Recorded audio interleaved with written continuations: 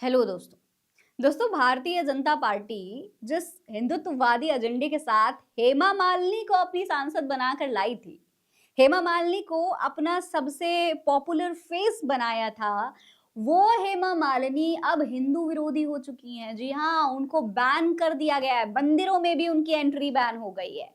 क्या है वजह, क्या हुआ है, सब कुछ इस वीडियो में हम आपको बताने वाले हैं, इसलिए वीडियो को अंत तक जरूर देखिएगा। तो दोस्तों, हेमा मालिनी को भारतीय जनता पार्टी ने मथुरा से सांसद बनाया था। आपको याद होगा कि जब हेमा मालिनी सांसद बनाई गई मथुरा से, तो किस तरीके से वो गले में भगवा पट्टा डाल करके, बाकायदा माथे पर तिलक लगा करके, पूरा हिंदूवादी एक तरीके से एजेंडा लेकर के तमाम एरियाज में मथुरा मथुरा के जाया करती थी, चुनाव प्रचार किया करती थी, अपने आप को भाजपा का सबसे बड़ा हिंदू चेहरा दिखाने की कोशिश करती थी। अभी कुछ समय पहले वो कुंभ में भी गई थी, बाबा रामदेव के साथ वहां कुंभ में संगम में स्नान करती हुई भी नजर आई थी।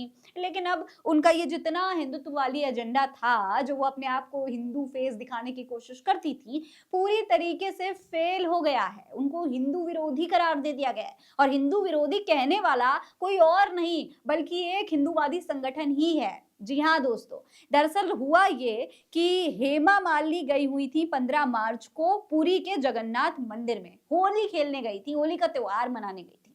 लेकिन यहाँ पर उनको अंदर घुसने ही नहीं दिया गया, उनकी एंट्री ही बैन कर दी गई।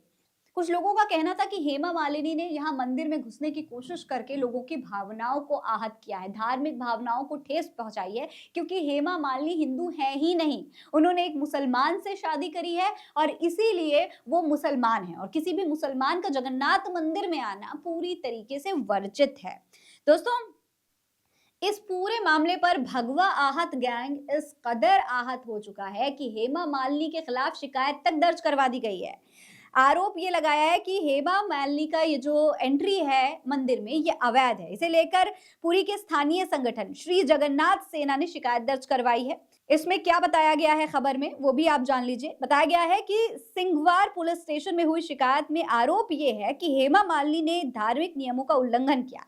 संगठन ने आरोप ये भी लगाया है कि हेमा मालिनी के जो पति हैं धर्मेंद्र, उनसे शादी करने के लिए इस्लाम धर्म अपनाया था, और उनकी शादी भी मुस्लिम रीति रिवाज से हुई थी। ऐसे में उनके मंदिर में प्रवेश करने से हिंदू भावनाओं को ठेस पहुंची है।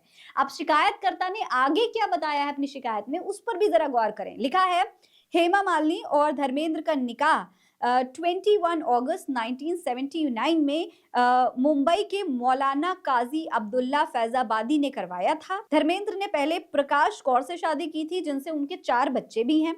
हिंदू लॉ के अधिनियम 1955 के तहत किसी भी हिंदू को 2 शादी करने की इजाजत नहीं होती है। ऐसे में धर्मेंद्र ने हेमा मालिनी से शादी करने के लिए इस्लाम अपनाया था। धर्मेंद्र ने अपना नाम दिलावर खान कर लिया था और हेमा मालिनी आयशा बीबी बन गई थी। इस शादी से कपल के 2 बेटियां हैं, ईशा और अहाना।